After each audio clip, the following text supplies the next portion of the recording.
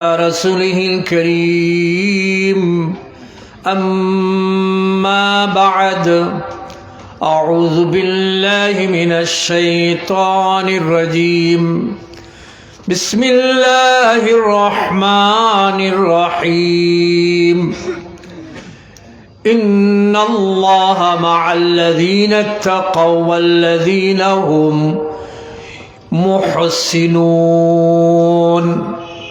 صدق الله العظيم وقال رسول الله صلى الله عليه وسلم الكيس من دان نفسه وعمل لما بعد الموت أو كما قال عليه الصلاة والسلام بارك الله لنا ولكم في القرآن العظيم ونفعنا وإياكم بالآيات والذكر الحكيم ونحن على ذلك من الشاهدين والشاكرين والحمد لله رب العالمين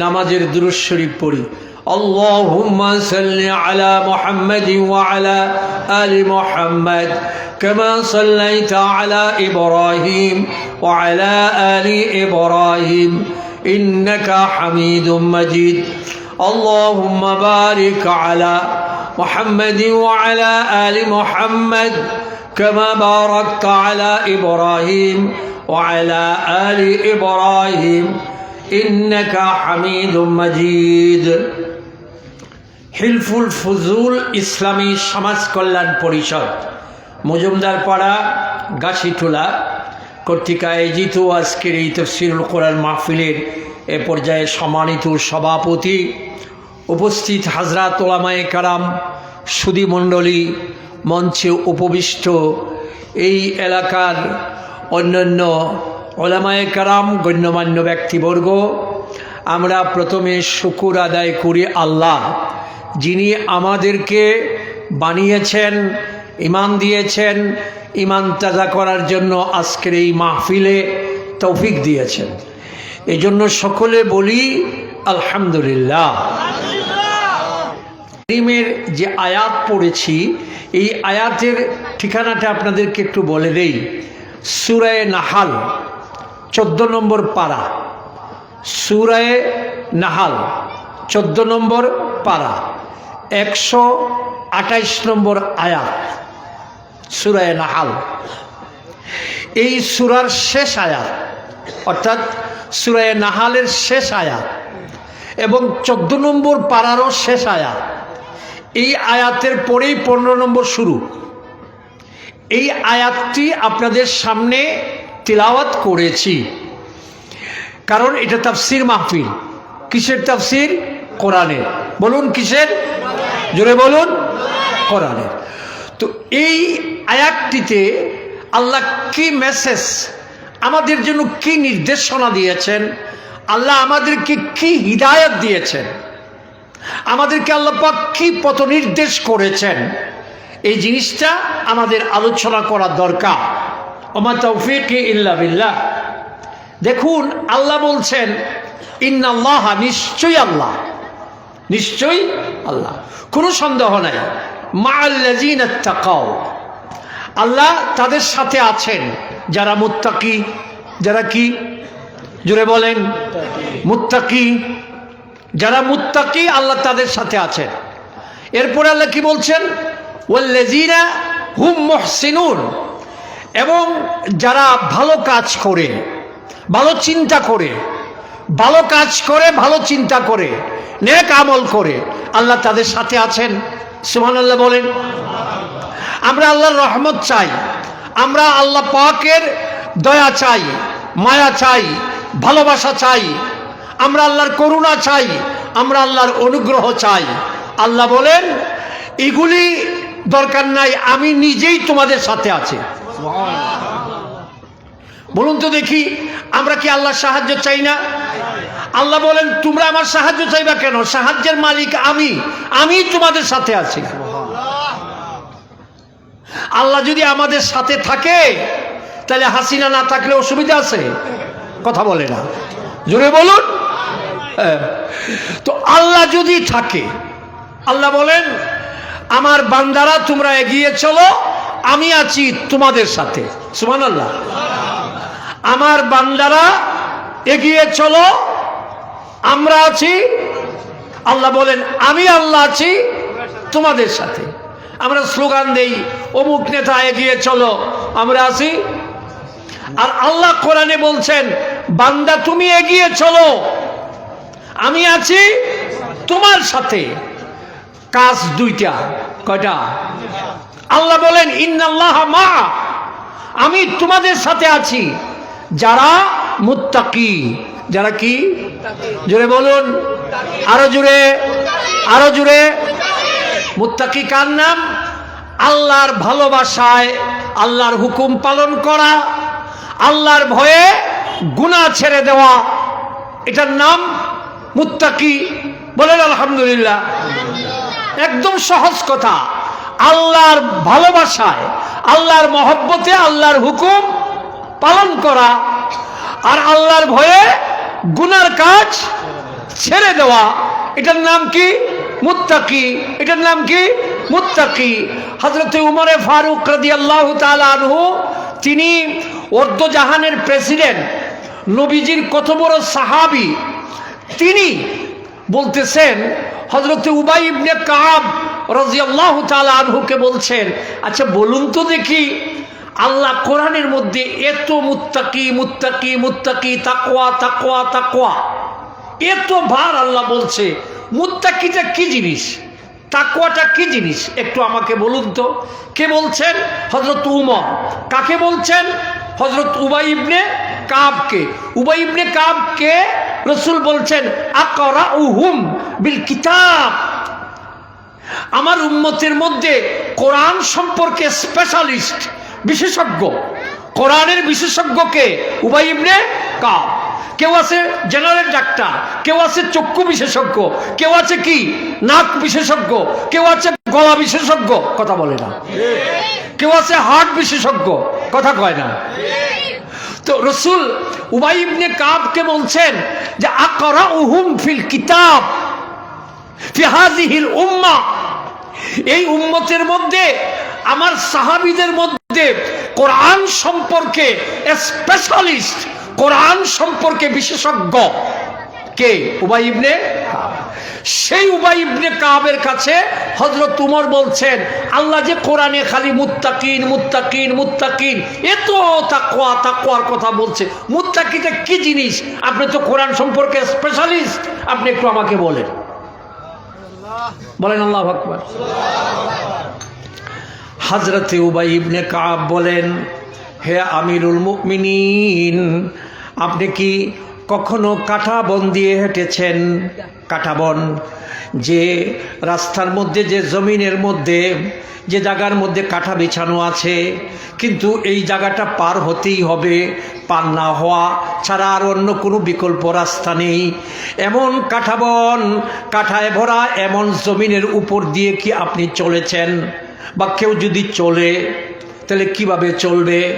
বলে ওইভাবে চলবে যাতে তার পায়ে কাঁটা না লাগে, সতর্ক থাকবে, খুব কেয়ারফুল থাকবে, যাতে এই কাঁটা তার পায়ে না লাগে, তার শরীরে না লাগে, এইভাবে এই জায়গাটুকু পার হবে যতটুকু কাঁটা আছে। এবার হযরত উবাই ইবনে কাব বলেন, মানুষের 70, 80, 90 বৎসরের জীবনে যত গুনাহ আছে সবগুলো হলো কাঁটা। সুদ কাটা, ঘুষ কাটা, অশ্লীলতা, বেহায়াপনা, উলঙ্গপনা, জোর জবরদস্তি, মিথ্যা, এই সব হলো মানুষের জীবনের কাঁটা। 70 বছর এবং 60 বছরের পুরা জীবন দুনিয়াতে সে এমনভাবে চলবে যাতে গুনার কাঁটা নিজের জীবনে না লাগে। একটা কাঁটা জমিনে একটা মানুষ যখন পার হয় সতর্ক থাকে যাতে করে কাঁটা তার পায়ে না লাগে। যদি সামান্য সময়ের জন্য গাফেল হয় তাহলে কিন্তু কাঁটা পায়ের মধ্যে লেগে যাবে। ঠিক দুনিয়াতে সতর্ক থাকা, গুনাহ থেকে বাঁচার জন্য সতর্ক থাকা, এই গুনাহগুলো হলো কাঁটা। গুনাহগুলো কি? কাঁটা। গুনাহগুলো কি ভাই? কাটা, সবগুলো কাটা। মিথ্যা বলা এটা কাটা, এটা কি কাটা, এখান থেকে বেঁচে থাকা, এটার নাম কি মুত্তাকি। হযরত উমর ফারুক রাদিয়াল্লাহু তাআলা আনহু তিনি কি করলেন, একবার তিনি রাতে গেলেন এক জায়গায় প্রজাদের অবস্থা দেখার জন্য, তাদের দুঃখ কষ্ট দেখার জন্য। রাত শেষ হয়ে গেছে, হঠাৎ করে যে বাড়িতে যে এলাকায় গিয়েছেন সেই গ্রামটার নাম হলো গোয়ালপাড়া। কি পাড়া? এখানকার লোকেরা দুধ বিক্রি করে সংসার চালায়। গোয়ালপাড়ায় হযরত উমর ফারুক রাদিয়াল্লাহু তাআলা আনহু গিয়েছেন। হঠাৎ করে রাত শেষ হয়ে গেছে, ফজরের আগে শুনলেন একটা ঘরের ভিতরে দুইজন মহিলার আওয়াজ শোনা যায়। আওয়াজে বোঝা যায় একজন বয়স্ক আরেকজন যুবতী মেয়ে, একজন মা হবে আরেকজন মেয়ে হবে। তো মা মেয়েকে বলছে, এই মেয়ে উঠো, সকাল হয়ে যাচ্ছে, দুধ তো বিক্রি করতে হবে বাজারে নিয়ে, তাই না? তো দুধের মধ্যে একটু পানি মিশাও। দুধের মধ্যে কি মিশাও? পানি মিশাও। তো মেয়ে বলছে, দুধে পানি মেশাবো কেন? বলছে যে বাজারের যে আগুন, শুধু দুধ বিক্রি করলে তো পোষাবে না। 1 কেজি দুধ বা 5 কেজি দুধের মধ্যে যদি 1 কেজি দেওয়া যায় তাহলে 6 কেজি হবে, ঠিক না? তো পয়সাটা একটু বেশি আসবে, কারণ বাজার হাট করতে গেলে জিনিসপত্রের যে দাম, পোষাবে না। তো তুমি একটু পানি দাও। তো মেয়ে বলছে, মা তুমি কি জানো না, দেশের যিনি প্রেসিডেন্ট, যিনি রাষ্ট্রপতি, তিনি তো আইন করেছেন যে খাদ্যে কোনো ভেজাল দেওয়া যাবে না।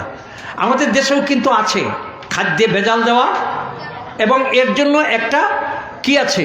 আইন আছে, এর জন্য মন্ত্রণালয় আছে, এর জন্য প্রশাসন আছে, এর জন্য সরকারি বেতনে লোকজনও আছে। কিন্তু তারপরেও খাদ্যে কি ভেজাল হয় না? হোটেলের খাদ্য কি সব ভালো? কথা বলে না। তো মেয়ে বলছে, মা তুমি যে আমাকে বলছো যে আমি দুধে পানি মেশাবো, আমাদের দেশের সরকার তো আইন করেছে যে খাদ্যে ভেজাল দেওয়া যাবে না, দুধে পানি দেওয়া যাবে না। তো মা বলছে, বোকা মেয়ে, তুই তো বোকা। কথা কয় না, বোকা। যে আইন করেছে সে কি আর এখন দেখতেছে তুই যে পানি দিবি বা আমরা যে পানি মেশাবো? সে তো আর দেখতেছে না।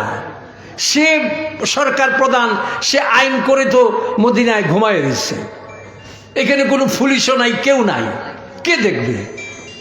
তো মেয়ে বলছে, মা সে যদিও না দেখে, যদিও সে দেখে না, কিন্তু তার যে আল্লাহ এবং তোমার যে আল্লাহ এবং সারা জাহানের যিনি মালিক, তার চোখ তো ফাঁকি দিতে পারবা না।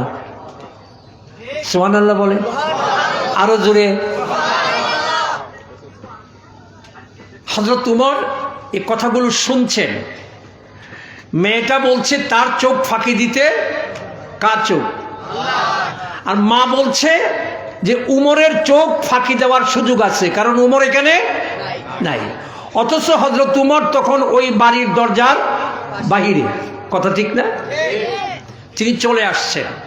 সকালবেলা মা আর মেয়েকে তিনি সংবাদ দিয়ে তার দরবারে ডেকে এনেছেন। ডেকে এনে বলছেন যে, ওই মাকে বলছেন যে আমি আমার ছেলে হযরত উমর অর্ধজাহানের প্রেসিডেন্টের ছেলে যুবরাজ। প্রেসিডেন্টের ছেলে কি?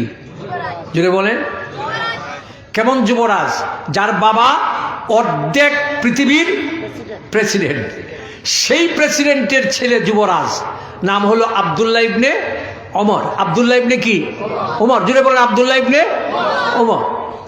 এই আব্দুল্লাহ ইবনে ওমরের জন্য হযরত উমর ওই মেয়ের সামনে মেয়ের মাকে বলছে, আমার ছেলেটার জন্য একটা পাত্রী খুঁজতেছিলাম, কিন্তু মন মতো কোনো পাত্রী পাচ্ছি না।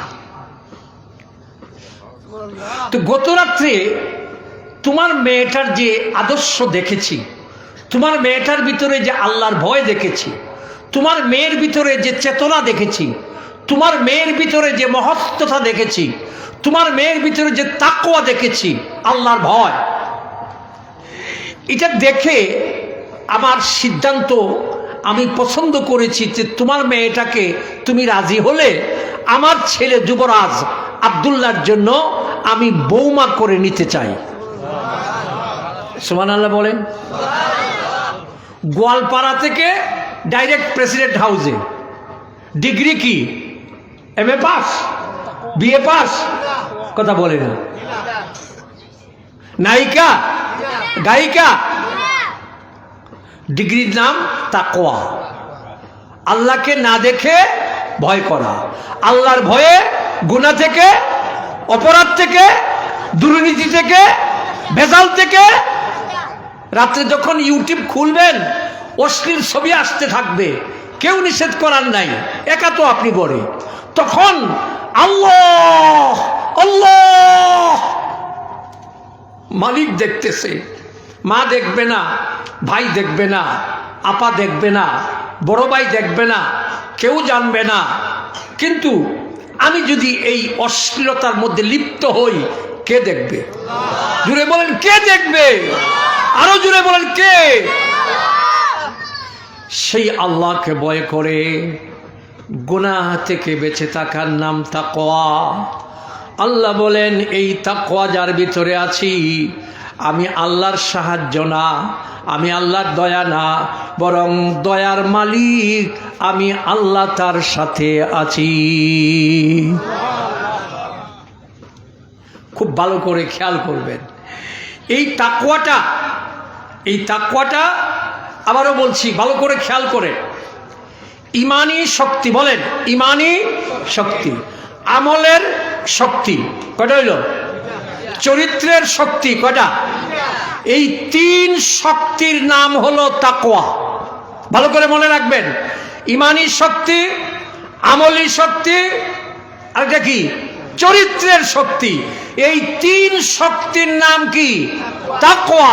যার ভিতরে আছে তাকওয়া তার নাম মুত্তাকিন। তার নাম কি? যে হবে মুত্তাকিন, কোরআন বলছে জালিকাল কিতাবু লা রাইবা ফিহি। বলে না?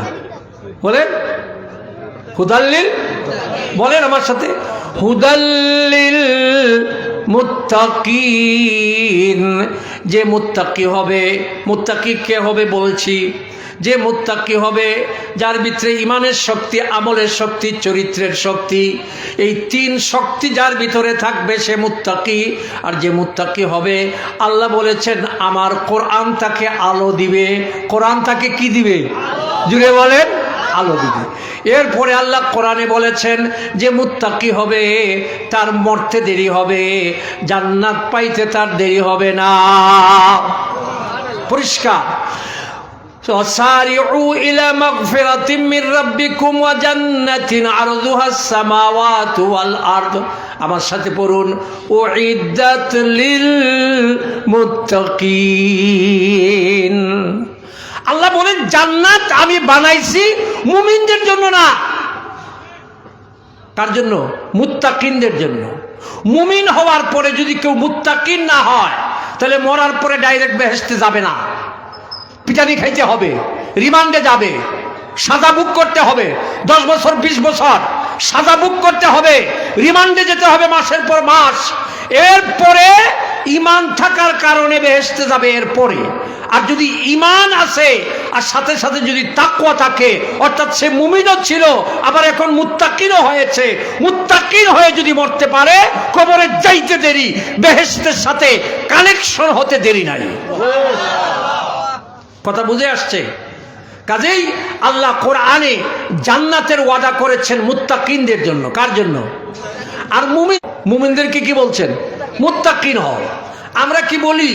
লোকটা বড় নামাজি, নামাজি লোকরে মুত্তাকি বলি না। নামাজি লোক মুত্তাকি, কিন্তু তার চরিত্র ভালো না। কোন বড় নামাজি লোক, হাজি সাহেব বড় নামাজি বালা, কিন্তু জবান ঠিক নাই। কি ঠিক নাই? কথা কয় না। যার জবান ঠিক নাই তার কি চরিত্র আছে? একটু আগে বলছি মুত্তাকি কার নাম? যার ইমান আছে, আমল আছে, চরিত্র, ইমানের শক্তি, আমলের শক্তি, চরিত্রের শক্তি। এর তো জবান ঠিক নাই, চরিত্র ভালো না, তে মুত্তাকি নয় কেমনে? কথা কয় না। আরো জোরে বলেন। কয় বড় নামাজি সাংঘাতিক সাংঘাতিক নামাজি, 2বার 3বার হজ করছে, কিন্তু ঘরের ভিতরে ঝগড়া লাগলে বউরে পিঠা ছাড়া কোনো মাপ নাই, কথা কয় না। যে বউ পিঠায় এর চরিত্র ভালো, কথা কয় না। এই জন্য মুত্তাকিন হওয়া লাগবে। কি হওয়া লাগবে? আপনার ইমানের শক্তি, আমলের শক্তি, চরিত্রের শক্তি, এই 3 শক্তি যে আপনি অর্জন করবেন, এটা কোন রোডম্যাপ? রোডম্যাপটা কি? রোডম্যাপ কোন পদ্ধতিতে? পদ্ধতিটার নাম হলো সুন্নাত। পদ্ধতিটার নাম কি? জুড়ে বলুন, আরো জুড়ে, আরো জুড়ে। সুন্নাত মনে রাখতে হইব। এই সুন্নাত মোতাবেক 3টা শক্তি, ইমানের শক্তি, আমলের শক্তি, চরিত্রের শক্তি, এই 3টা শক্তি আপনি অর্জন করবেন, আপনার হবে, মানদণ্ড হবে, আপনার মেয়ার হবে, আপনার রোডম্যাপ হবে, আপনার প্রক্রিয়াটা কি হবে, ক্রাইটেরিয়াটা কি হবে। এই ক্রাইটেরিয়া, প্রক্রিয়া, পদ্ধতি, সিস্টেম হবে সুন্নাহ। এটার নাম কি? জুড়ে বলেন। সুন্নাহর ভিত্তিতে হতে হবে। কথা বুঝে আসছে? কথা বুঝে আসছে? এবার আসে হযরতে হুযায়ফা ইবনে ইয়ামান, নবীর সাহাবী। কার সাহাবী? জুড়ে বলেন। নবী এত প্রিয় সাহাবী ছিলেন হযরতে মুআজ। হযরতে মুআজও ছিলেন বিশেষজ্ঞ। কোন বিশেষজ্ঞ? হযরতে উবাই ইবনে কাব ছিলেন কোরআনের বিশেষজ্ঞ, আর হযরতে মুআজ ইবনে জাবাল তিনি হলেন হালাল হারামের বিশেষজ্ঞ। আল্লাহ নবী বলেছেন মুআজ হলো আ'লামুহুম বিল হালাল ওয়াল হারাম। আল্লাহ নবী মুআজ সম্পর্কে বলেছেন আমার মুআজ ইবনে জাবাল হলো হালাল আর হারাম সম্পর্কে বিশেষজ্ঞ সাহাবী। যেরকম আলহামদুলিল্লাহ। সেই মুআজ ইবনে জাবালকে নবীজি এত ভালোবাসতেন, এত ভালোবাসতেন। একদিন নবীজি তাকে হাত ধরলেন, হাত ধরে বললেন মুআজ, আমি না সত্যি সত্যি, নবী বলতেছেন মুআজ, আমি না সত্যি তোমাকে আল্লাহর জন্য ভালোবাসি। সুবহানাল্লাহ বলেন। নবী বলতেছে, দু জাহানের বাদশাহ, তিনি তার সাহাবীকে হাত ধরে বলছেন মুআজ, আমি না সত্যি তোমাকে আল্লাহর জন্য ভালোবাসি। সুবহানাল্লাহ। এই কথা শুনলে একজন নবী প্রেমিক সাহাবী কি হতে পারে, কি পরিমাণ আবেগ আর উচ্ছ্বাস। হযরতে মুআজ ইবনে জাবাল নবীজির এই কথাটা শুনে তিনিও নবীজিকে বললেন, ইয়া রাসূলুল্লাহ, ইয়া হাবিবাল্লাহ, আমিও আপনাকে অনেক ভালোবাসি। সুবহানাল্লাহ। এই জন্য আপনি যদি কাউকে আল্লাহর রাস্তায় ভালোবাসেন, নবীর সুন্নাহ হলো আপনি তাকে বলে দিবেন, ইমাম আদিল হাসান বা আদিল আহমদ, আপনি যদি ইমামকে ভালোবাসেন বলবেন, ইমাম সাহেব আমি আপনাকে আল্লাহর জন্য ভালোবাসি। ইমাম সাহেব যদি মসজিদের কোনো মুসল্লিকে ভালোবাসে বলে দিবে যে আমি আপনাকে আল্লাহর রাস্তায় ভালোবাসি। বলে দেওয়া। রসুল মুআজকে বলছেন আমি তোমাকে ভালোবাসি, মুআজও বলছেন ইয়া রাসূলুল্লাহ আমি আপনাকে ভালোবাসি। এবার নবীজি বলেন তুমি আমারে ভালোবাসো, আমি তোমারে ভালোবাসি। এখন আসো তোমার ভালোবাসা আমার ভালোবাসা দুইটার একটা বিনিময়, সব বিনিময় না, একটা বিনিময় আমি তোমাকে দিতে চাই। বলেন সুবহানাল্লাহ। নবী বলেন আমার ভালোবাসা তোমার ভালোবাসা, এই ভালোবাসার যত বিনিময় আছে, বিনিময় কিন্তু অনেক, সব বিনিময় দিব না, একটা বিনিময় আমি তোমাকে দিতে চাই, নিবা। হযরত মুআজ ইবনে জাবাল বলেন ইয়া রাসূলুল্লাহ ইয়া হাবিবাল্লাহ বলেন। এবার নবী বলেন প্রত্যেক ফরজ নামাজের পরে তুমি এই দোয়াটা তুমি পড়বা। সুবহানাল্লাহ। প্রত্যেক ফরজ নামাজের পরে বলেন তো দেখি, প্রত্যেক, এবার পড়েন দোয়াটা কি? রব্বি, বলেন রব্বি আইন্নি আলা জিক্রিকা ওয়া শুকরিকা ওয়া হুসনি ইবাদাতিক। রাসূল এই দোয়া শিখাইলেন। তাহলে ভালোবাসার দাবি হলো আমল। ভালোবাসার দাবি কি? তা আপনি যদি ইমাম সাহেবকে ভালোবাসেন আর আপনাকেও যদি ইমাম সাহেব ভালোবাসে, এই ভালোবাসার দাবি খালি কি হাদিয়া, মসজিদের চান্দা? ইমাম সাহেবের কিয়ামতের দিন আল্লাহ কইব তোমারে আমার এই মুসল্লি ভালোবাসতো, তুমি তারে কোনো দোয়া কালাম শিখাইছো, নামাজ শিখাইছো? তখন তো ধরা খাইব, কথা কয় না? হ্যাঁ, ইমামরে যে ভালোবাসে সে অনেক গুনার মধ্যে লিপ্ত, উল্টাপাল্টা চলাফেরা করে, কথা কয় না? গুনার রাস্তায় চলাফেরা করে। ইমাম সাহেব তারে খুব ভালোবাসে, বগলে নিয়ে চলে, তার কথা বড় কইরা কয়, কিন্তু আমলের কথা কোনোদিন কয় না। আর রসুল হযরত মুআজ রসুলকে ভালোবাসে, রসুলও মুআজকে ভালোবাসেন। বলছেন আসো তোমার একটা ভালোবাসার নিদর্শন, ভালোবাসার একটা সিমটম, ভালোবাসার একটা আলামত তোমারে দিতে চাই। সেটা কি? প্রত্যেক ফরজ নামাজের পরে এই দোয়া পড়বা। বলেন সুবহানাল্লাহ। হযরত মুআজ ইবনে জাবালকে রসুল যখন পাঠাইলেন ইয়ামানে, ইয়ামানে নবী মুআজকে পাঠাচ্ছেন কি করে? গভর্নর বলছেন যে তুমি যাইবা আমার পক্ষ থেকে ইয়ামান দেশের গভর্নর দায়িত্ব পালন করবা। হযরত মুআজের মনটা খুব খারাপ, ইয়ামান দেশে গেলে 2-3 বছর তো থাকা লাগবে, ঠিক না? তো আমি তো এই 2-3 বছর নবীরে দেখতে পারবো না, নবীর চেহারা, নবীর নুরানি চেহারা, নবীর কাছে বসা, নবীর পিছনে নামাজ পড়া আবার তো হবে না। এজন্য মনটা খুব খারাপ। কিন্তু নবী যেহেতু নির্দেশ করেছেন, না গিয়ে কোনো উপায় আছে? যেতে হবে না? তো বলছেন, নবী বলছেন তুমি রেডি হও। তো হযরত মুআজ বাড়িতে গেলেন, রেডি হইলেন, উটও রেডি হয়ে আছে। এই অবস্থায় আল্লাহর নবী মুআজের বাড়িতে চলে গেলেন। সুবহানাল্লাহ। তাকে ইয়ামানে বিদায় করার জন্য নবী তার বাড়িতে গেলেন। যিনি বাড়িতে গেছেন তিনি দুজাহানের বাদশা। সুবহানাল্লাহ বলে। তিনি তার বাড়িতে গেছেন, বাড়িতে গিয়ে বলছেন মুআজ রেডি হয়েছ? বলে হ্যাঁ। উট রেডি? রেডি, বের হয়ে আসো। বের হয়েছেন হযরত মুআজ, তিনি বের হয়ে উটের পাশে দাঁড়িয়ে আছেন। নবী বলছেন উঠো না কেন, দেরি করছো কেন, উটের পিঠে উঠো। হযরত মুআজকে উটের পিঠে উঠাইলেন।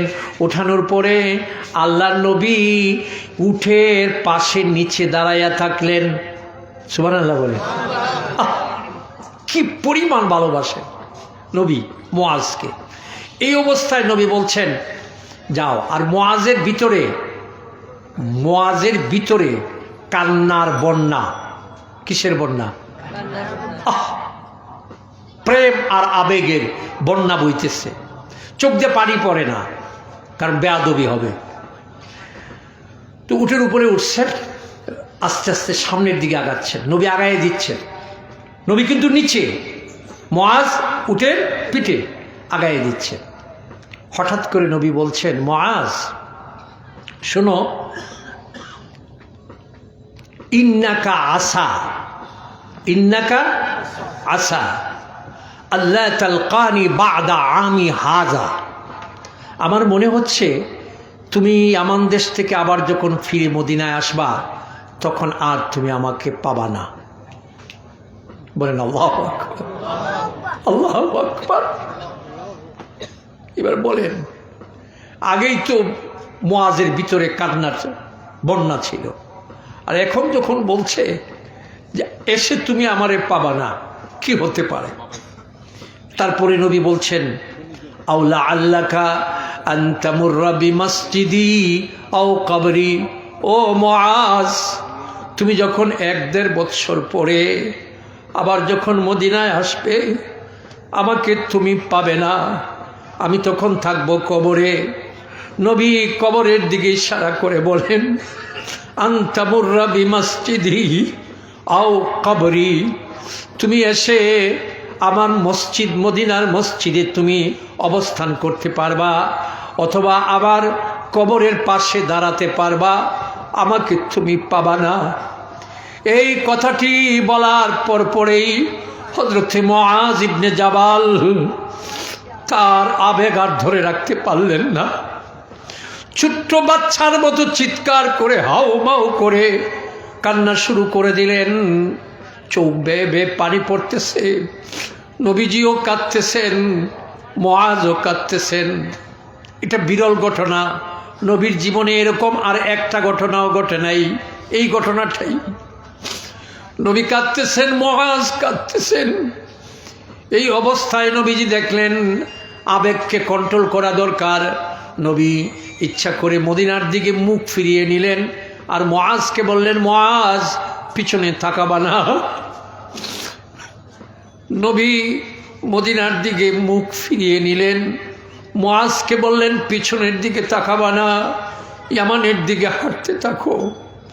ঠিক এই সময় নবীজি বলেন, মুআজ রে, একটা কথা বলে যাই, তুমি যেখানেই থাকো না কেন, যে অবস্থায় থাকো না কেন, তুমি আমার অনেক কাছে থাকতে পারবা যদি একটা আমল তুমি করো। যদি একটা বলেন, যদি একটা আমল তুমি করো, শুধু তুমি না, আমার উম্মতের যে ব্যক্তি যে যুগে মজুমদার পাড়ার হোক, সিলেটের হোক, বন্ধুরা আমার, যে ব্যক্তি এই আমলটা করবে, সে আমি নবী থেকে যতই দূরে থাকুক, মদিনা থেকে যতই দূরে থাকুক না কেন, সে কিন্তু আমার কাছে থাকবে। এই আমলটা নবীজি বললেন, মুআজ চিন্তা করো না, ইয়ামানে যাও। যদিও তুমি বাস্তবে আমাকে দেখতে পারবা না, আমাকে আইসা পাবা না, কিন্তু তোমার জায়গা আমি নবীর কলিজার ভিতরে থাকবে যদি তুমি এই আমলটা করো। আমলটা কি? আল্লাহর নবী পরিষ্কার হাদিসে বলেছেন, ইন্না আওলান নাস বিয়াল মুত্তাকুন মান কানু ওয়া হাইসু কানু। বলেন আল্লাহু আকবার। নারে তাকবীর, দ্বীন ইসলাম, হিজবুল ফুজুল। বন্ধুরা আমার, নবীজি বলছে, উম্মত রে, আমি নবী, যদি তোমরা আমাকে না পাও, আমারে দেখতে না পাও, আমার মদিনায় আসতে না পারো, আমার কবরের পাশে দাঁড়াইতে না পারো, অসুবিধা নাই, আমি তোমাদেরকে আমার কলিজার ভিতরে রাখতে পারবো যদি একটা আমল করো। কি একটা আমল? এই আমলটার নাম হলো তাকওয়া। আমলটার নাম কি? জুড়ে বলেন, জুড়ে বলেন, আরো জুড়ে। নবী বললেন, ইন্না আওলান নাস বিয়াল মুত্তাকুন, আমি নবীর এত কাছে, এত কাছে, এত কাছে। ওই উম্মত, যে উম্মত মুত্তাকুন, যে উম্মত গুনাহ ছাড়ে আল্লাহর ভয়ে, গুনাহ ছাড়ে, যার মধ্যে ঈমানের শক্তি আছে, যার মধ্যে আমলের শক্তি আছে, যার মধ্যে চরিত্রের শক্তি আছে, মান কানু ওয়া হাইসু কানু, সে যেখানেই থাকুক না কেন আমি নবীর অতি কাছে সে জায়গা পাবে। যদি চিৎকার করে বলেন সুবহানাল্লাহ। সেই মুআজ ইবনে জাবাল আর হযরত রবি ইবনে আমের দুইজনের নেতৃত্বে, হযরত উমরের জমানায় দুইজনের নেতৃত্বে পারস্য সাম্রাজ্য, বর্তমানে আমেরিকা যেমন সুপার পাওয়ার, 1300 বৎসর আগে সারা পৃথিবীতে সুপার পাওয়ার সাম্রাজ্য ছিল পারস্য সাম্রাজ্য। সেই পারস্য সাম্রাজ্যের রাজধানীর নাম ছিল ইরান। সেই ইরানে হযরত উমর রাদিয়াল্লাহু তাআলা আনহুর খেলাফত আমলে সাহাবায়ে কেরামের এক বিশাল জামাত জিহাদ করার জন্যে, অভিযান পরিচালনা করার জন্যে তারা গিয়েছেন ইরানে। ইরানের যে সম্রাট ছিল নাম ছিল কিসরা, উপাধি কি ছিল? কিসরা। কিসরা যখন সংবাদ পাইল যে আমি পৃথিবীর সবচেয়ে বড় পরাশক্তি, পৃথিবীর সবচেয়ে সুপার পাওয়ার ম্যান, আমার রাজ্য যুদ্ধ করে জয় করতে আসছে উটের রাখালরা। কারা? উটের রাখাল, এই হুজুর মুজুর জুব্বাওয়ালা পাগড়িওয়ালা, হ্যাঁ, এই মোল্লারা।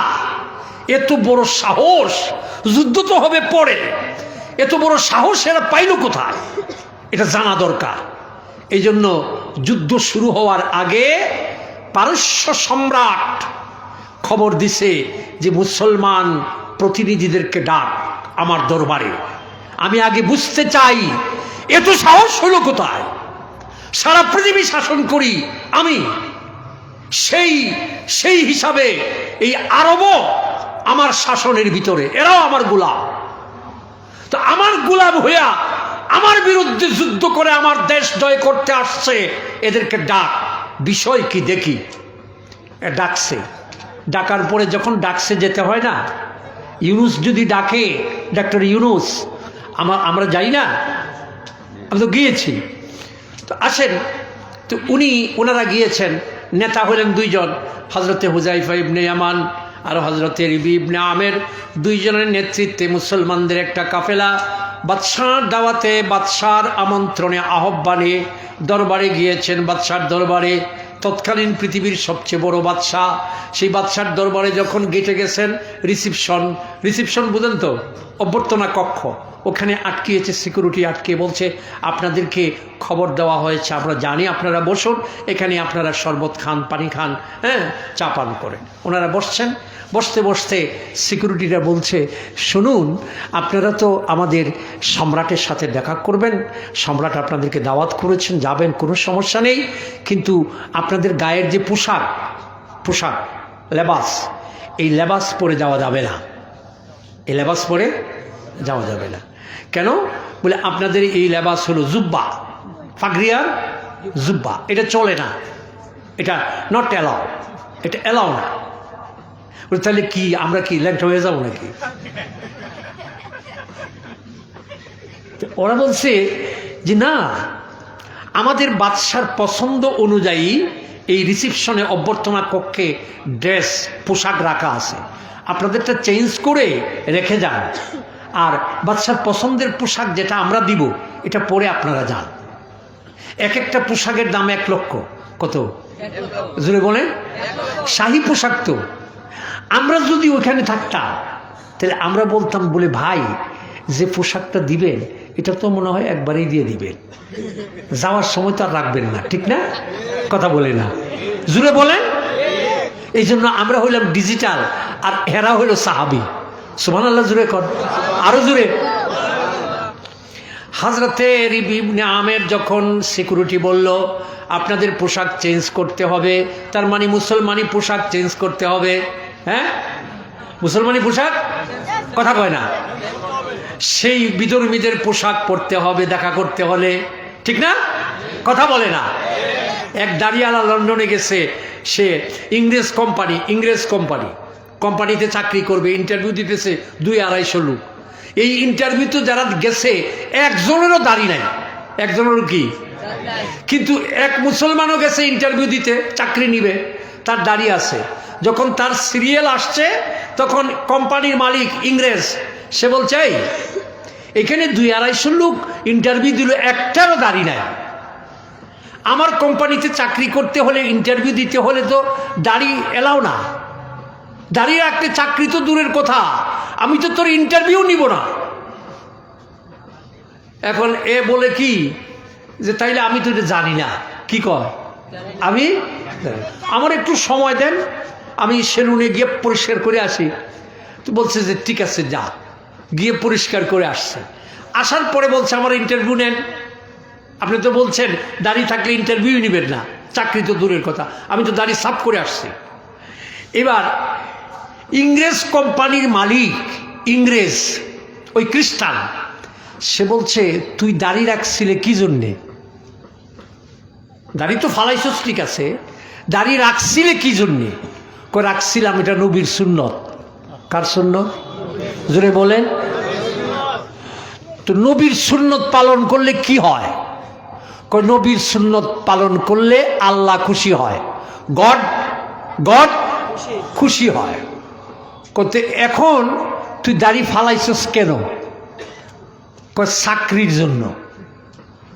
তো এখন ইংরেজ কোম্পানির মালিক কয় তোর ইন্টারভিউ নিব না, কারণ তুই যদি তোর আল্লাহরে ধোঁকা দিতে পারস সামান্য চাকরির জন্য, তোরে চাকরি দিলে তুই আমার কোম্পানি বিচালাইবি। কথা কয় না, জুড়ে কন, আরো জুড়ে, আরো জুড়ে। পত্রিকায় লেখছে নকরি বিহি গাই, ডালহি বিহি গাই, দাঁড়িয়েও গেছে, চাকরিও, কথা কয় না। ও মুসলমান, তুমি যেখানে যাও, এখানে क्लब में जाओ तो मौत पियो, मस्जिद में जाओ तो टूपी पढ़ो। কথা কয় না, এটা মুসলমানের চরিত্র না। এই যে লুদি সাহেব বলে গেলেন যে আমাদেরকে সতর্ক থাকতে হবে যে বাংলাদেশটা পেয়েছি এটা যাতে নষ্ট না হয়, এটা যাতে নষ্ট না হয়। এই জন্য মসজিদের চরিত্র, নামাজের চরিত্র, তাকওয়ার চরিত্র দিয়া নাগরিকদেরকে গঠন করতে হবে।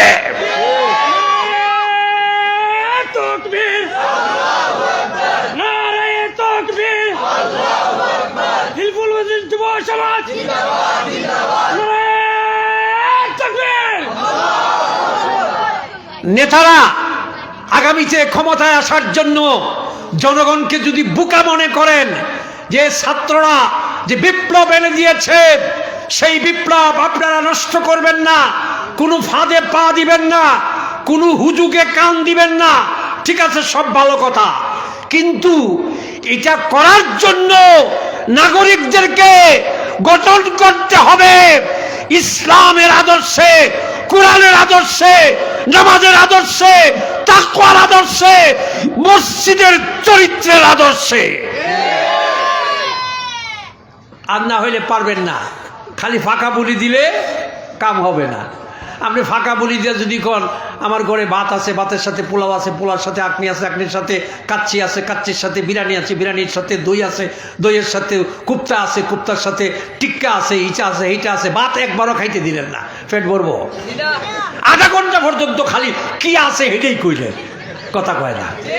তা আপনি খালি বক্তব্য দিলেন সতর্ক থাকবেন, সতর্ক থাকবেন, কিন্তু এই যুবকদের, এই নাগরিকদের চরিত্র ঠিক করার জন্য আপনার কাছে কোনো প্রেসক্রিপশন নাই, কোনো সমাধান নাই। প্র্যাকটিক্যাল জীবনে তারা কিভাবে চলবে আপনার কোনো রোড ম্যাপ নাই, এই দিয়া কোনো কাজ হবে না। কথা বুঝতে পারছেন? তো আমি বলছিলাম কোন জায়গায়, ওখানে আছেন, আমরা যাই ওখানে ইরানে, আমরা ইরানে ছিলাম না তো, এবার যাই, আবার যাই এখানে। তো ওখানে যাওয়ার পরে ওরা বলছে কি যে আপনাদের পোশাকটা রেখে যান, আমাদের পোশাকটা পরে যান। হযরত ইবনে আমের বলে, তোমরা যে দাওয়াত দিছে বাদশা, সে তো মেজবান, সে হলো হোস্ট, মেজবান, আর আমাদেরকে দাওয়াত দিচ্ছে আমরা কি, আমরা গেস্ট, মেহমান। তো আমরা কোন কাপড় পরে যাব এটা তো আমাদের ব্যাপার, এটা কি, তো আমাদের বিষয়ে নাক গলানো এটার তো কোনো অধিকার, এটা কোনো আইনেই নাই, কোরআনের আইনেও নাই, আন্তর্জাতিক আইনেও, নাগরিক আইনেও, সাংবিধানিক আইনেও, মানবিক আইনেও। তো তোমাদের বাদশাহ আমাদেরকে এই আমাদের নিজস্ব অধিকারে হস্তক্ষেপ করবে কেন?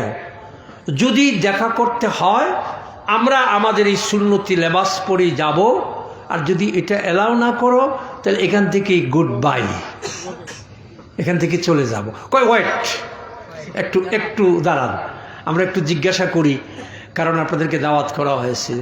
ভিতরে খবর পাঠাইছে যে এরা কিন্তু তাদের নিজের জুব্বা আর ফাগরি ভরিয়ে আইতো চায়, এরা কঠিন মোল্লা, কথা কয় না, কি মোল্লা, এরা কঠিন মোল্লা। যে সময় স্বৈর শাসন ছিল, ফ্যাসিস্ট সরকার ছিল, তখনও এরা মসজিদে হক কথা ছাড়ে, হক কথা, এরা কঠিন মোল্লা। তো খবর পাঠাইছে, খবর তো অনেক দূরে, বাদশার দরবার তো অনেক ভিতরে, এর ভিতরে মাঝখানে অনেক কথাবার্তা হইতেছে।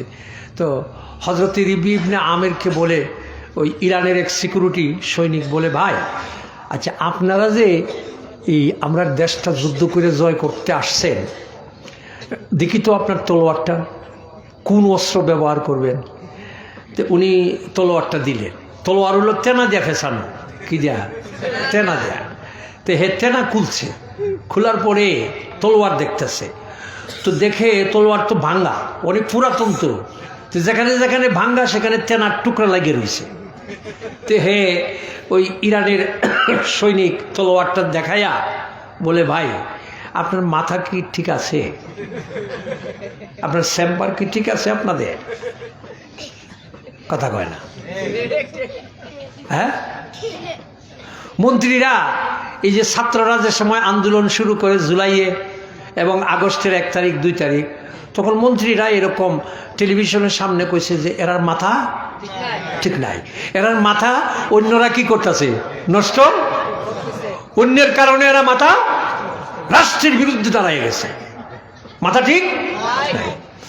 তো হে জিগায় যে ভাই এই যে পৃথিবীর সবচেয়ে সুপার পাওয়ার দেশ পরাশক্তি, আপনারা ইরান যুদ্ধ করে জয় করতে আসছেন এই বাংলা তলোয়ার দিয়া, চিৎকারি করে মস্কারি করে বাংলা তলোয়ার দিয়া। হযরত রবি ইবনে আমের তিনি বললেন, ও সৈনিক ভাই, এই তলোয়ার ভাঙ্গা তলোয়ার তো নিজে নিজে চলে না, এটা তো কোনো হাতে চালায়। বলে হ, তো সেই হাতের শক্তিটা কি একটু দেখবি নাকি? আল্লাহু আকবার, আরো জোরে, জোর হলো না। এই তলোয়ারটা যে হাতে চালায় সেই হাতের একটু শক্তি স্যাম্পল হিসাবে দেখবি কিনা? কহ হ ভাই, দেখলে তো ভালোই হয়। তো হযরতে রিবি ইবনে আমের বললেন, সেটা যদি দেখতে হয় তোমাদের অস্ত্র ভাণ্ডারের মধ্যে সবচেয়ে শক্ত লোহার একটা ঢাল নিয়ে আসো। ঢাল নিয়ে আসছে। এরপরে বললেন, তোমাদের সৈনিকদের মধ্যে যেটা সবচেয়ে মোটা, সবচেয়ে বীর বাহাদুর, হ্যাঁ, এটা নিয়ে আসো। এরকম একজন সৈনিককে নিয়ে আসছে। আসার পরে হযরত রিবি ইবনে আমের বললেন, ও সৈনিক ভাই, আপনাদের এই লোহার ঢালটা আপনি সামনে উত্তোলন করে শক্ত করে ধরে রাখেন। আমার এই ভাঙ্গা তলোয়ার যে হাতে চালায় সেই হাতের শক্তিটা আমি একটু আপনাদেরকে দেখাবো। ওই লোকটা দাঁড়িয়েছে, হযরত রিবি ইবনে আমের তলোয়ার উত্তোলন করেছেন, এই লোহার শক্ত ঢালের উপরে তিনি আঘাত করবেন। ঠিক ওই মুহূর্তে এই অবস্থাটা আল্লাহর কোরআন বলেছে, ওমা রামাইতা ইজ রামাইতা ওয়ালাকিন্নাল্লাহা রামা। যারা আল্লাহর দ্বীনকে রক্ষা করার জন্য তলোয়ার উত্তোলন করে, যে মুজাহিদ, সেই মুজাহিদ তলোয়ার উত্তোলন করে তার হাত দিয়ে, কিন্তু এই হাতে দিয়ে সে আঘাত করে না, বরং আঘাত করে আল্লাহর শক্তি দিয়ে। তলোয়ারটা খালি ডালের উপরে একটু মৃদু আঘাত করেছেন। লোহার ডাল, 1000 বছরের পরীক্ষিত এই ডাল, লোহার ডাল দুই ভাগ হয়ে দুই দিকে পড়ে গেছে। এটা দেখা সিকিউরিটি ভিতরে খবর পাঠাইছে যে হুজুর বাদশারে কইতেছে এরারে ভিতরে ফাটানো যাইতো না, অবস্থা ভালো না। অবস্থা কি? জোরে কর, আরো জোরে। যাত্রাবাড়ি থেকে পুলিশ অফিসার ফোন করে স্বরাষ্ট্রমন্ত্রী কামালকে, স্যার একটারে মারলে 10টায়, কয়টায়? অবস্থা ভালো, অবস্থা ভালো। বন্ধুরা আমার, বাদশা কই কি হয়েছে? সেরা বেড়া। অবস্থা কি? সেরা বেড়া। কি করব? এখান থেকে ফেরত দেই, না হলে কেউ নিরাপদ, কেউ নিরাপদ। বাদশা কয় মানিজ্জত আমার যাবে, দাওয়াত করে আনছি, আন্তর্জাতিক ভাবে আমি বেইজ্জত হয়ে যাব, যে দাওয়াত দিয়ে এনে কূটনৈতিক ভাবে আমি তাদেরকে মানে দেখা করি নাই। দেখা করতে দে, বাকি সেনাবাহিনী আরো বাড়া, বিচে আরো র্যাব পাঠা, র্যাব, বিজেপি, পুলিশ, কুত্তালিক, হেলমেট লিগ, সব পাঠা। কথা কয় না, জুড়ে কান পাঠা, সব পাঠাইছে। পাঠানোর পরে গেছেন ওনারা ভিতরে প্রায় 10-15 জন, দুইজনের নেতৃত্বে। যাওয়ার পরে বাদশা তো অনেক ভিতরে, বাহিরে এক রুমে খাইতে দিচ্ছে, নাস্তা খাইতে দিছে। দস্তরখা বিছাইয়া ওনারা খাইতেছেন সুন্নত। দস্তরখা বিছাইয়া খাওয়া কি? জোরে কন, আরো জোরে। হ্যাঁ, খাইতেছেন, খাইতে গিয়া নিচে পড়ছে খাবার। তো খাবার যদি খাইতে গিয়া নিচে পড়ে, উঠাইয়া পরিষ্কার করে খাওয়া নবীর। কারণ রিজেক কার দান? আমেরিকা সব বানাইতে পারে, কিন্তু একটা বাদ বানাইতে পারবে? কথা কয় না। মেশিনের মানুষ বানায়, রোবট, কিন্তু একটা বাদাম বানাইতে পারবে না। পারবে? এই রিজেক কার দান? সেই রিজেক অপচয় যে করে, সে কার ভাই? জুড়ে বলেন।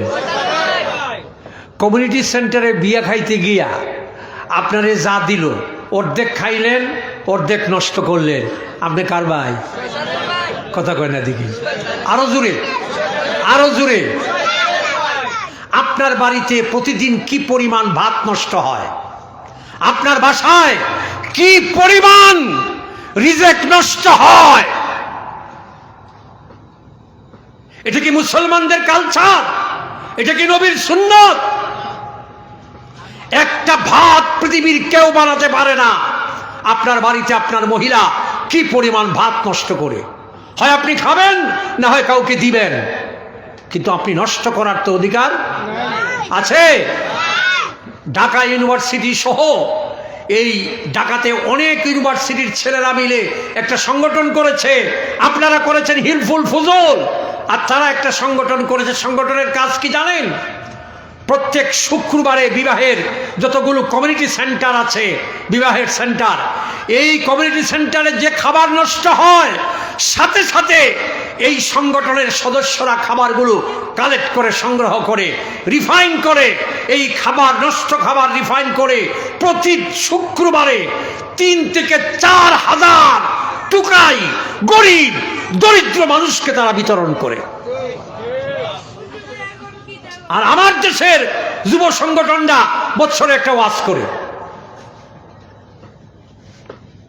খুব ভালো করে শুনুন।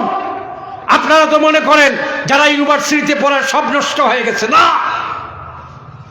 আজকের এই নতুন বাংলাদেশ যারা এনেছে তারা কারা?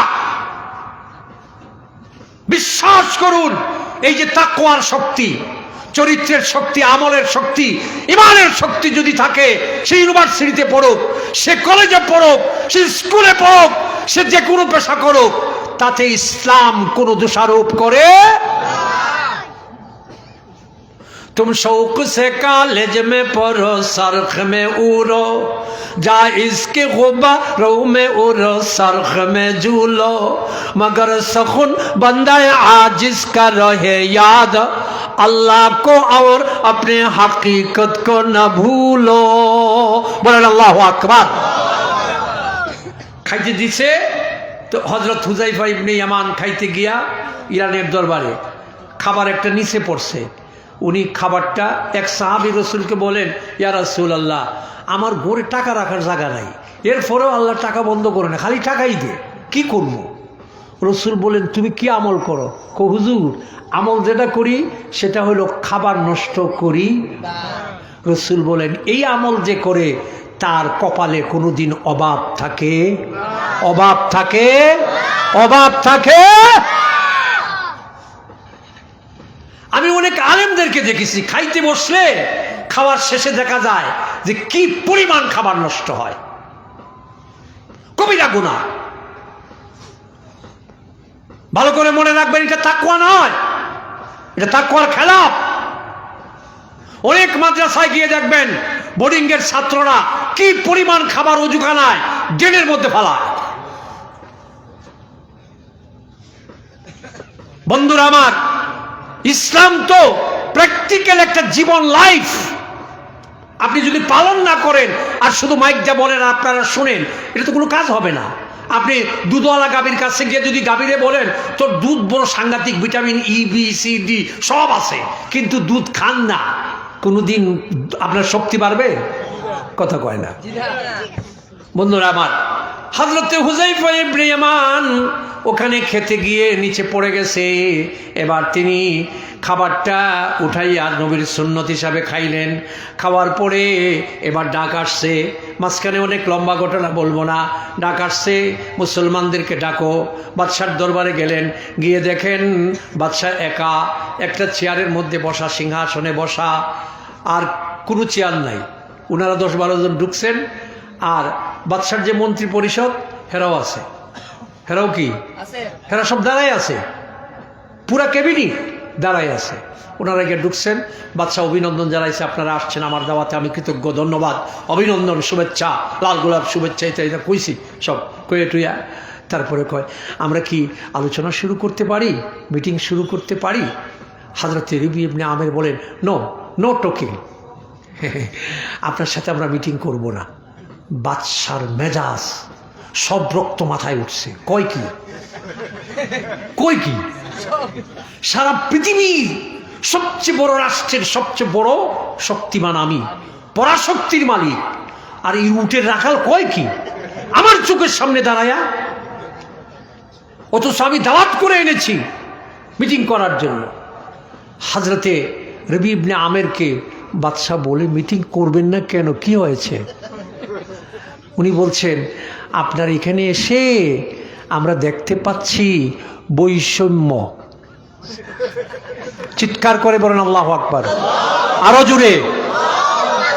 এবার যে নতুন বাংলাদেশ পেয়েছেন, এই বাংলাদেশের মূল স্লোগান ছিল, মূল চেতনা ছিল, নতুন বাংলাদেশে কোনো বৈষম্য থাকবে, কোনো বৈষম্য থাকবে।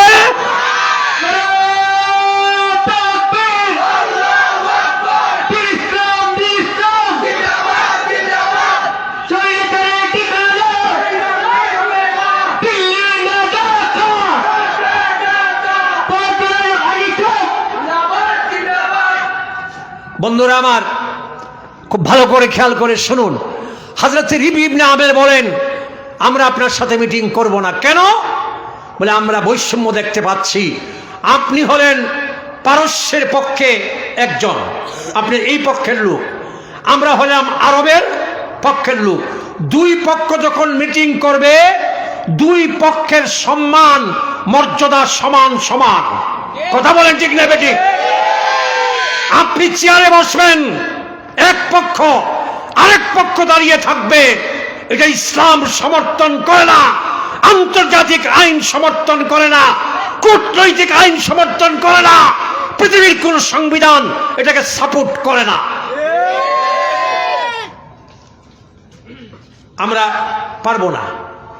হয় আমাদের জন্য চেয়ারের ব্যবস্থা করেন, আর না হয় আপনিও আল্লাহর হস্তে তশরিফ ফাঁসা। শেখ হাসিনা 16 বছর পাশা গদির সাথে সুপার গ্লু দিয়ে আটকায়া রাখছিল। কথা কয় না? আরো জোরে। দিনের টারাইতে রাইতেরটা দিনে। কথা কয় না? কত কিছু কইরা বগর চেয়ার সাথে হযরত রবি ইবনে আমের বললেন, হয় আপনি দাঁড়াবেন, আর না হয় আপনার যে চেয়ার ওই দামের ওই মানের ঠিক সেম চেয়ার আমাদের জন্য ব্যবস্থা করবেন, আর না হয় আপনার সাথে আলোচনা করব না। বাদশাহ কয়, মিয়া আপনারা তো একটা দেশের প্রতিনিধি, এই যে আমার মন্ত্রী পরিষদ দাঁড়ায় রইছে, এরা তো মন্ত্রী, আপনাদের সে কত কত উপরে না? একজন সেতু মন্ত্রী উবাইদুল কাদের। কথা কয় না? আরো জোরে। একজন হাসান মাহমুদ। কথা কয় না? আরেকজন স্বরাষ্ট্র। কথা কয় না? হ্যাঁ, এরা যদি দাঁড়ায় দাঁড়ায় প্রত্যেক দিন আমার সাথে অফিস করতে পারে, আপনারা একটা দেশের প্রতিনিধি আধা ঘন্টা মিটিং করতে পারবেন না? হযরত রবি ইবনে আমের বলেন, একটাও আপনার মন্ত্রী পরিষদ না, এটি সব আপনার গোলাম পরিষদ। জোরে কন, আরো জোরে, আরো জোরে। এই 17 বছর যাবত যে মন্ত্রী পরিষদ ছিল, একটারও কোনো মাজা ছিল না। জুড়ে বলেন, একটারও কোনো কোমরের মধ্যে কোনো জোর ছিল না। হাসিনার সামনে দাঁড়াইয়া কেউ কথা, ন্যায্য কথা বলতে পারে নাই। হযরত রবি ইবনে আমের বলেন, এটি সব আপনার গোলাম পরিষদ। আপনি যদি কোন এখন দিন, হেরা কহ দিন। আপনি যদি কোন ইফতার করতে পেঁয়াজু লাগে না, হ্যাঁ, ও শশা দিয়ে খাইলেই হয়, কহ। আপনি যদি কোন না ডিম, এটা এত দাম হয়ে গেছে, ডিম রাইকা একসাথে যে সময় দাম সস্তা হয়, তখন একসাথে কিনা সব ফ্রিজের মধ্যে সিদ্ধ দিয়ে রাইকে দিবা। হেরা কয় মন্ত্রী পরিষদ, কহ, এটা বিজ্ঞানেও কয়, এটা কোরআনেও কয়। কথা কয় না?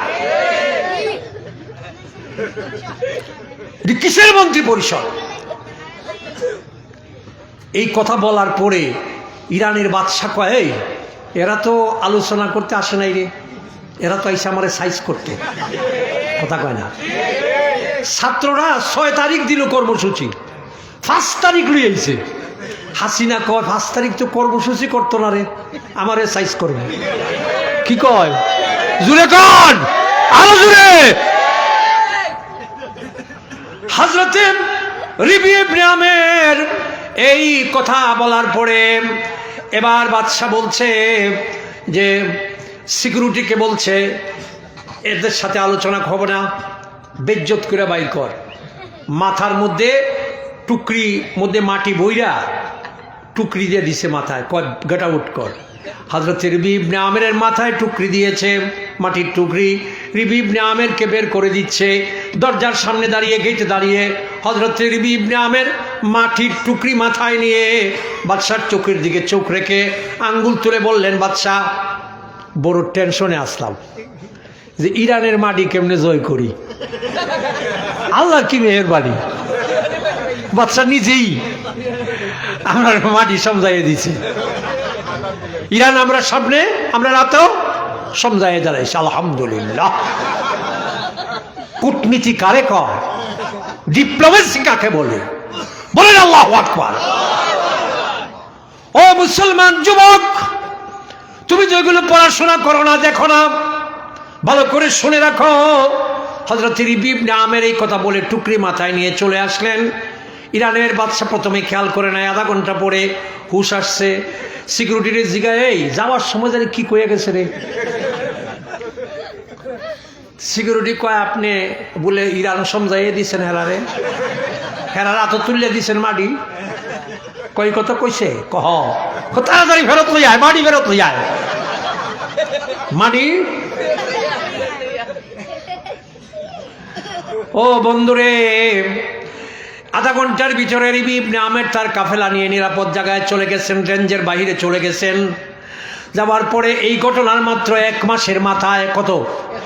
1 মাসের মাথায় এই পরাশক্তি পারস্য সাম্রাজ্যকে যুদ্ধ করে পরাজিত করে ইরান আর পারস্যের ঘরে ঘরে কালেমার পতাকা মুসলমানরা উড়িয়েছে।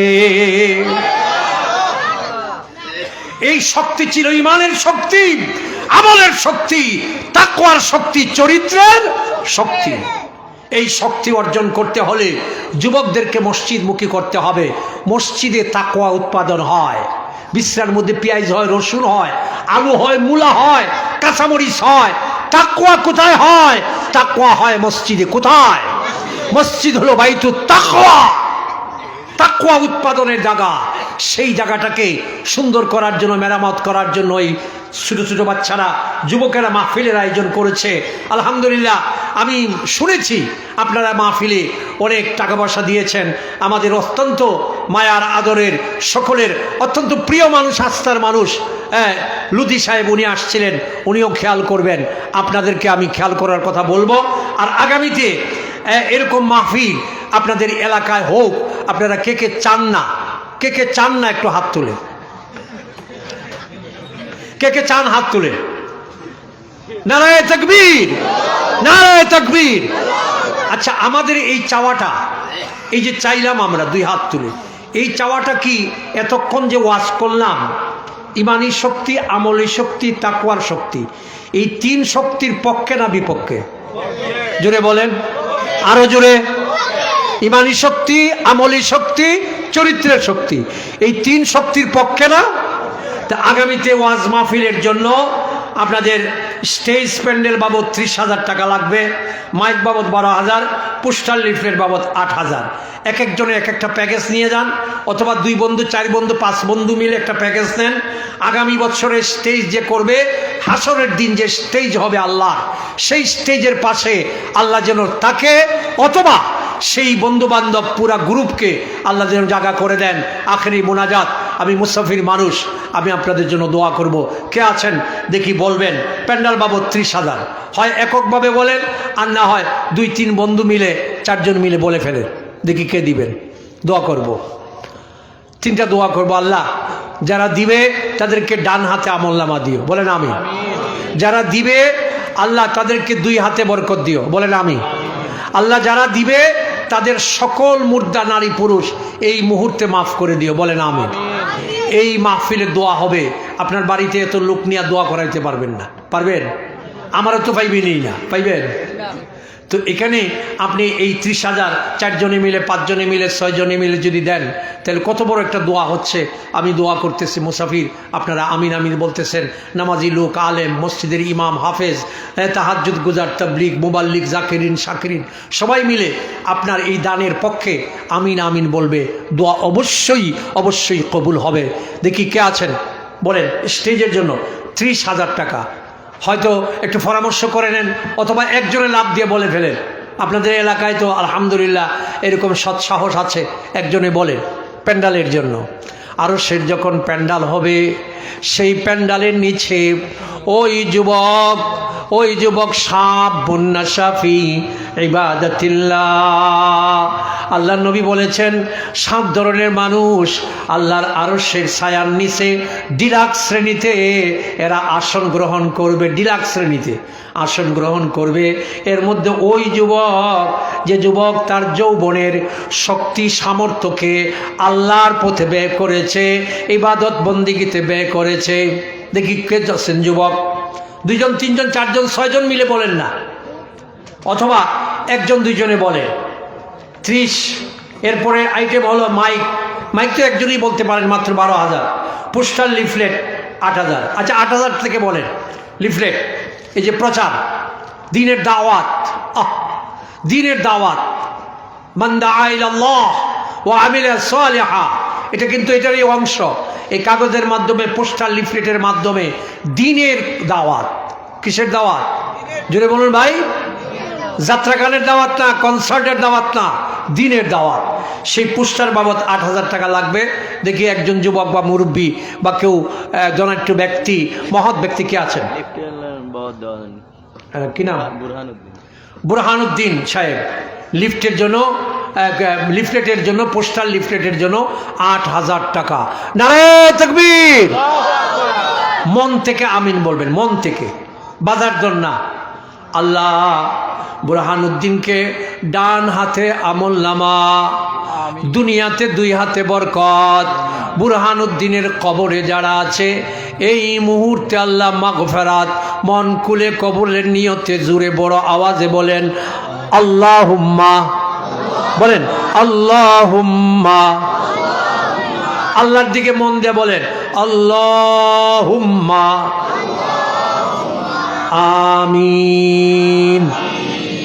আল্লাহ আল্লাহ আপনি কবুল। হ্যাঁ 12,000 টাকা লিমন। নারে তাকবীর। আল্লাহ লিমনকে দুনিয়াতে 2 হাতে বরকত, পরকালে ডান হাতে আমলনামা। লিমনের যারা কবরে আছে এই মুহূর্তে মাগফিরাত, মন থেকে কবুলের নিয়তে আমার সাথে বলুন খুব ইখলাসের সাথে আল্লাহুম্মা আল্লাহুম্মা আমিন। এরপরে মাইক হয়ে গেল, পোস্টার হয়ে গেল। এখন প্যান্ডালটা যেহেতু অ্যামাউন্টটা বড়, 4 জনে মিলে বলেন অথবা 6 জনে মিলে বলেন। হ্যাঁ 5 6 30। হ্যাঁ 6 জনে মিলে একটা টিম করে ফেলেন, অথবা হিলফুল ফুজুলের সদস্য যারা আছেন যুবকরা, আপনারা একটু টিম ওয়ার্ক করেন, একটু হ্যামারিং করেন। যাদেরকে দেওয়া সম্ভব, এটা তো আপনারা চিনেন, জানেন, আপনাদের এলাকার মানুষ, তাদেরকে একটু বলেন, তাড়াতাড়ি করেন। 30,000 টাকা। রাত অনেক বেশি হয়ে গেছে। আমি দেখেন গতকালকে আমি মাহফিল করেছি ভোলা, গত রাত্রে মাহফিল করে আপনার এই যে ইমাম সাহেব আদিল হাসান, সে আমার এক বন্ধু, ঘনিষ্ঠ বন্ধু, বড় ভাই, ছোট ভাই, মাওলানা হারুন আহমদি, দেশ বিখ্যাত একজন আলেম ছিলেন, তার ছেলে। তো তাকে আমি আমার নিজের ছেলের মতো দেখি। তো এই ছেলেটা আজকের এই মাহফিলে, অন্যান্যবারও আমি আসছি কিন্তু দাওয়াত যারা করার তারা করেছে, কিন্তু আজকের এই মাহফিলে দাওয়াতটা করেছে সে, মাওলানা আদিল হাসান। এখন না আসলে তার তো একটা স্পট লেগে যাবে, ঠিক না? যেভাবেই হোক। তো আমি এত প্যারা নিয়ে, এত কষ্ট নিয়ে গতকাল রাত্রে ভোলা মাহফিল করে আজকে এখানে এসে মাহফিল করা কি পরিমাণ কঠিন অবস্থা। তো তারপর আমি এসছি আলহামদুলিল্লাহ। আর সিলেটে তো ওই যে মৌলানা আবুল কালাম, কাজী আবুল কালাম আছে, এই অঞ্চলের ছেলে।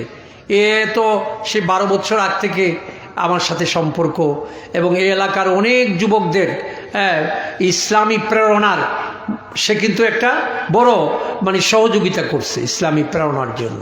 তো যাই হোক, এই অঞ্চলে কলাপাড়া, এই পাড়া, অনেক পাড়ায় আমি আসছি। আমার ওয়াজের বয়সেই তো প্রায় 42-40 বছর, শুধু ওয়াজেরই বয়স, আমার বয়স না, কিন্তু কথা কয় না। প্যান্ডাল বাবদ মহিবুল 10,000, তাদের তার 20,000 থাকে, আর দুইজনে বললেই হয়ে যায়। না তাকবীর। আল্লাহ মহিবুলকে দুনিয়াতে 2 হাতে বরকত দিও। আল্লাহ কিয়ামতের ডান হাতে আমলনামা দিও। আল্লাহ মহিবুলের যারা নারী পুরুষ কবরে আছে সকলকে এই মুহূর্তে এই নুরানি মাহফিলের খাতিরে মাফ করে দিও। বলুন আমিন। একসাথে আল্লাহুম্মা আমিন আমিন। এরপরে নিশ্চয়ই দোয়া কবুল। মহিবুল বিদেশ যাইতে একটু সহজ হইতো দোয়া। বিদেশ যাত্রী আল্লাহ যেন সহজ করে দেয়, বলুন আমিন। আমিন। এরপরে আর 20,000, 2 জন লোক বলে ফেলেন। দেখেন মাশাআল্লাহ, ওনারা চেষ্টা করতেছে, হিলফুল ফুজুল তারা তাদের কাজ করতেছে, তারা নজর করতেছে যে কার পক্ষে সম্ভব। এই যে আপনাকে গিয়ে যে বলছে আমি যখন এখানে থাকবো না, ওখানে যাওয়ার পরে, পরকালে যাওয়ার পরে, এখন হয়তো বিরক্ত হচ্ছি, কিন্তু ওখানে গেলে আফসোস করব যে আমারে বললো না কেন। অবস্থা দেখে এরকমই হবে যে আমারে কেন বললো না। হ্যাঁ,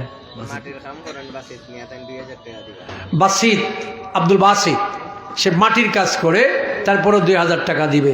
আল্লাহ বাসিত মিয়াকে ডান হাতে আমলনামা দিও, 2 হাতে বরকত দিও, তার যারা কবরে আছে মাফ করে দিও। আল্লাহুম্মা বলেন, আল্লাহুম্মা আমিন। এরপরে আর কেউ আছেন? 12,000 হয়ে গেছে, অল্প। 5,000 করে বলেন, একজন তো 10,000 দিছে, 5,000 করে হয়ে যাক, ইনশাআল্লাহ হয়ে যাবে, আল্লাহ ব্যবস্থা করে দিবে। বলুন আমিন। আর যদি বলুন আমিন। 5,000 করে বলেন, হ্যাঁ হয়ে যাক, এই 30,000 অ্যামাউন্টটা হয়ে যাক ইনশাআল্লাহ। একটু জিকির পড়েন, লা ইলাহা ইল্লাল্লাহ, লা ইলাহা ইল্লাল্লাহ, লা ইলাহা ইল্লাল্লাহ। প্যান্ডালের বাবদ দিন ইসলাম 2,000 টাকা, ডান হাতে আমলনামা, 2 হাতে বরকত। দিন ইসলামের যারা কবরে আছে এই মুহূর্তে মাগফিরাত। বলুন আল্লাহুম্মা আমিন আমিন। এরপরে আর কি বাস, মানে বিয়ে হয়ে গেছে, 24,000 হয়ে গেছে। 14,000 হয়েছে না? 14,000 হয়ে গেছে। আর কয়েকজনে মিলে 2,000 করে দিলে তো হয়ে যায়, আলহামদুলিল্লাহ। তাহলে হিলফুল ফুজুলের যারা সদস্য, কামরুল 2,000, নারায়ে তাকবীর। আল্লাহ কামরুলকে ডান হাতে আমলনামা, 2 হাতে বরকত। কামরুলের যারা খবরে আল্লাহ আলমে বারজাখে আছে সবাইকে মাগফিরাত। বলুন আল্লাহুম্মা, মহব্বতে আল্লাহুম্মা, বড় আওয়াজে আল্লাহুম্মা আমিন। দেখি আর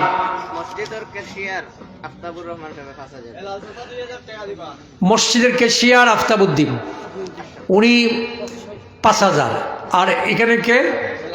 হেলাল সাহেব 2,000। আফতাবউদ্দিন মসজিদের সেক্রেটারি 5,000। সেক্রেটারি সাহেব, কেশিয়ার সাহেব আর হেলাল সাহেব, এই 3 জনকে আল্লাহ ডান হাতে আমলনামা, 2 হাতে বরকত। কবরে তাদের যারা আছে এই মুহূর্তে মাগফিরাত। মন খুলে, প্রাণ খুলে, বড় আওয়াজে আমার সাথে বলুন আল্লাহুম্মা আল্লাহুম্মা আমিন। ওয়াসিমিয়া 2,000। আল্লাহ ডান হাতে আমলনামা, 2 হাতে বরকত। ওয়াসিমিয়ার যারা কবরে আল্লাহ মাটির নিচে সবাইকে মাগফিরাত, বলেন আমিন।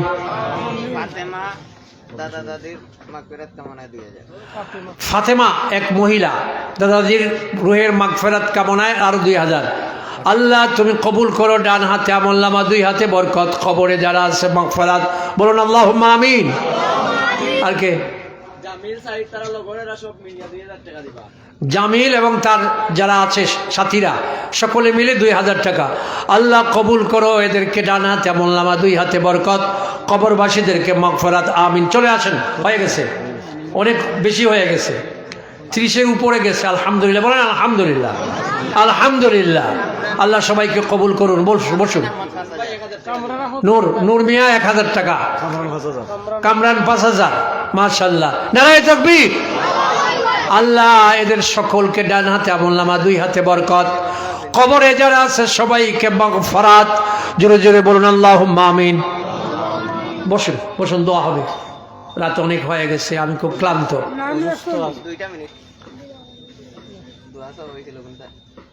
জি বলেন, তাড়াতাড়ি বলেন। এক মহিলা অসুস্থ, দোয়া চেয়েছেন। সৌদি প্রবাসী মোহাম্মদ সুহাস মিয়া ও আব্দুর রহিমের বোন সুস্থতার জন্য দোয়া চেয়েছেন। লন্ডন প্রবাসী বসির মিয়া দোয়া চেয়েছেন। তারেক ভাই মা বাবার জন্য দোয়া চেয়েছেন। আরেক মহিলা দোয়া চেয়েছেন। সালেহ মিয়া দুবাই প্রবাসী মসজিদে 5000 টাকা দান করবেন বলে ওয়াদা করেছেন, দোয়া চেয়েছেন। এক ভাই 500 টাকা মসজিদে দান করবেন, দোয়া চেয়েছেন। ইসলাম উদ্দিন বাবার সুস্থতা, দীর্ঘায়ু এবং মায়ের মাগফিরাত কামনার জন্য দোয়া চেয়েছেন। মসজিদের সেক্রেটারি সাহেব ওনার বাবা মরহুম হাফিজ আব্দুর রউফ সাহেবের জন্য দোয়া চেয়েছেন। আরো অনেকে দোয়া চেয়েছেন।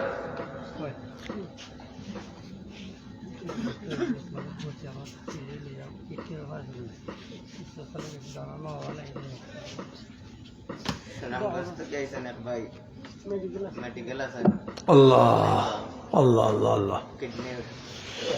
دعاء أستغفر الله الذي لا إله إلا هو الحي القيوم وأتوب إليه ولا حول ولا قوة إلا بالله العلي العظيم. درود الشريف. اللهم صل على محمد وعلى آل محمد كما صليت على إبراهيم وعلى آل إبراهيم إنك حميد مجيد. اللهم بارك على محمد وعلى آل محمد كما باركت على إبراهيم وعلى آل إبراهيم إنك حميد مجيد. الحمد لله رب العالمين والصلاة والسلام على سيد المرسلين وعلى آله وأصحابه أجمعين.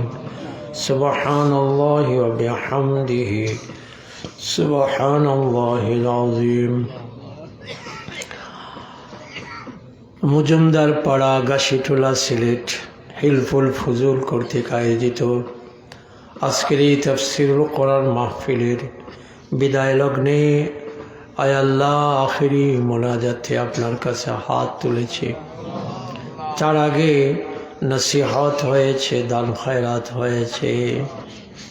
আয় আল্লাহ মেহেরবানি করে কবুল ও মঞ্জুর করে নেন, কবুল ও মঞ্জুর করে নেন। মাহফিলের জন্যে যারা সহযোগিতা করেছে, ছেলেগুলো মানুষের কাছ থেকে আল্লাহ সহযোগিতা নিয়েছে, মুরব্বীরা দোয়া দিয়ে সমর্থন দিয়েছেন, এলাকাবাসী উপস্থিত হয়ে এই দিনের বাগানকে আল্লাহ রঙিন করেছেন। সবাইকে আল্লাহ মেহেরবানি করে মাফ করে দাও। সবার জন্য এই মাহফিলকে দুনিয়াতে হেদায়েতের উসিলা, আখিরাতে নাজাতের জরিয়া বানায়া দাও রব্বুল আলামিন। মসজিদের উন্নয়ন করবে এই যুবকরা চেষ্টা করছে, পাড়ার এই যুবকদের চেষ্টাকে, মুরব্বীদের এই উদ্যোগকে আল্লাহ কবুল করেন। অতি দ্রুত তাড়াতাড়ি আপনার ঘর, বাইতুত তাকওয়া, তাকওয়ার ঘর, ইবাদতের ঘর, আল্লাহ আপনার ঘরটাকে সুন্দরভাবে আল্লাহ পরিপূর্ণভাবে মনের প্রত্যাশা অনুযায়ী নির্মাণ করার সকল ব্যবস্থা আপনি করে দেন রব্বুল আলামিন। এই পাড়ার যত মানুষ, নারী পুরুষ, আয় আল্লাহ, যারা কবরস্থানে আজকের মাহফিলে তাদের খাতিরে আল্লাহ আমরা তাদের জন্য দোয়া করছি। মেহেরবানি করে মাহফিলের দিকে নজর করে, এবং তাদের অনেক আত্মীয় স্বজন এখানে উপস্থিত আছে।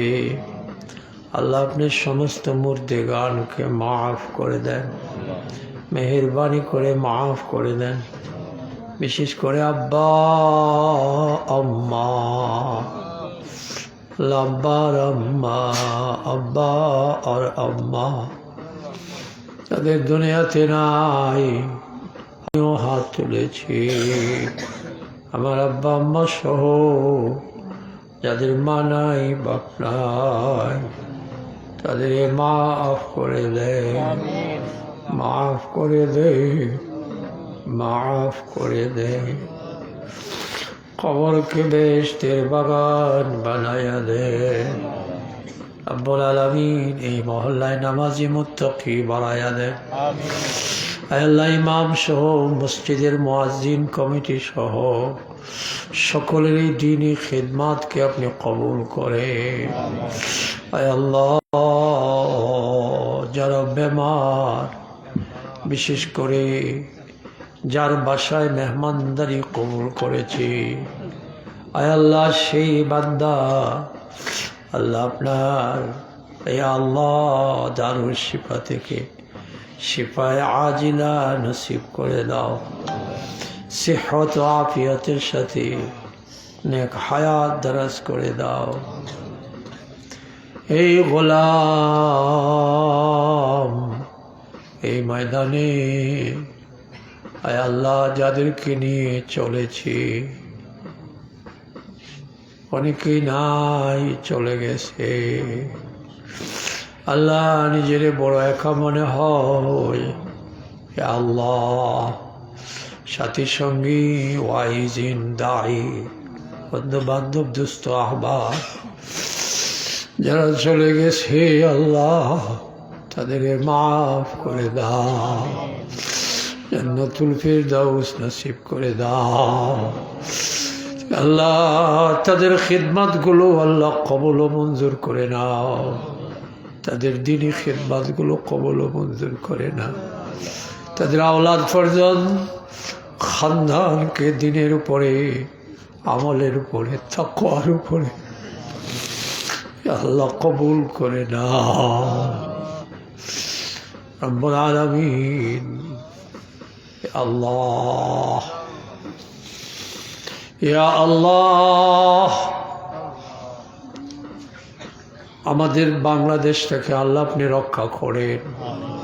বহু কষ্টে এই সুযোগ আপনি দিয়েছেন, আপনি দিয়েছেন এই সুযোগ, আপনি দিয়েছেন এই সুযোগ, আপনি দিয়েছেন এই সুযোগ আল্লাহ। আমরা যাতে এই সুযোগের সদ্ব্যবহার করতে পারি আল্লাহ সবাইকে সহি বুঝ দান করে ইয়া রাহমান রাহিমিন। সকল ষড়যন্ত্র থেকে আল্লাহ, হিন্দুত্ববাদের আগ্রাসন থেকে, ইহুদি খ্রিস্টানদের আল্লাহ লোলুপ দৃষ্টি থেকে আমাদের দেশকে, দেশের জনগণকে আপনি মাহফুজ রাখেন রব্বুল আলামিন। আমাদের পক্ষ থেকে সোনার মদিনায় আপনার হাবিবের রওজায় এই মুহূর্তে দরুদ ও সালাম, দরুদ ও সালাম পৌঁছায়া দে, দরুদ ও সালাম পৌঁছায়া দে।